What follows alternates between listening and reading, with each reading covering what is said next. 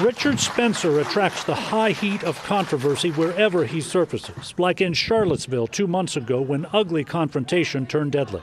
Backers have requested he speak at the Great Hall in Tangeman Center. This is something a lot of students will get riled up about, and I'd probably avoid that area just because of the shouting.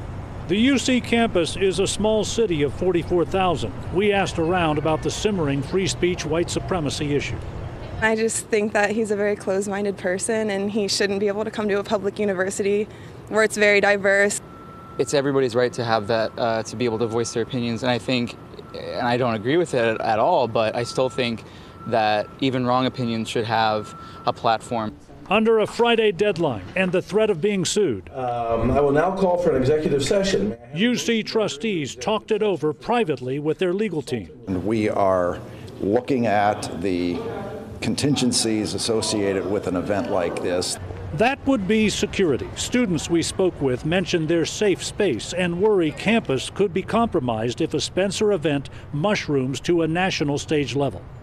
I understand some people would like to counter-protest. I'm not knocking that, but pay this person no mind. And like you see, the University of Florida initially resisted, but now under threat of a lawsuit has relented and will allow Spencer to speak. Trustees here say they will make their decision known soon. Live at UC, John London, WLWT News 5.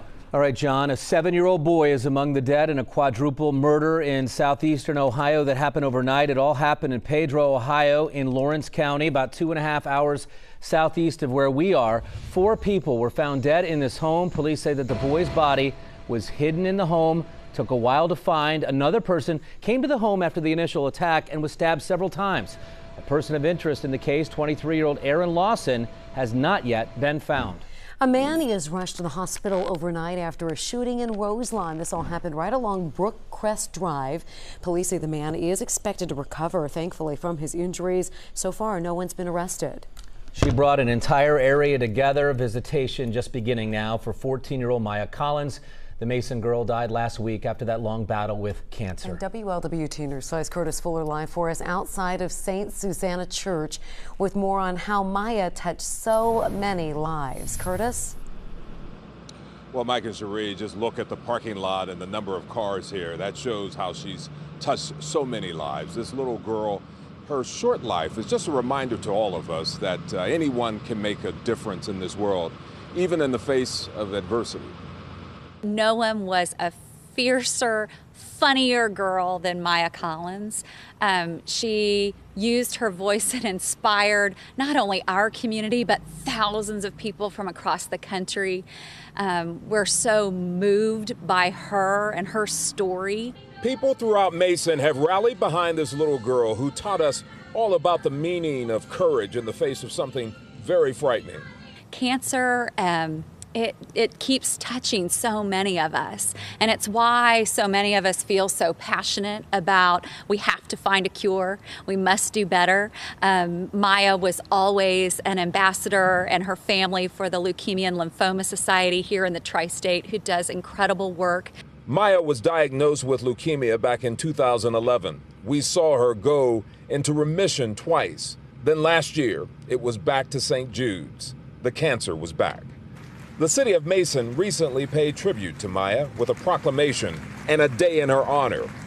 And just last week, another tribute during homecoming for a little girl this community won't forget.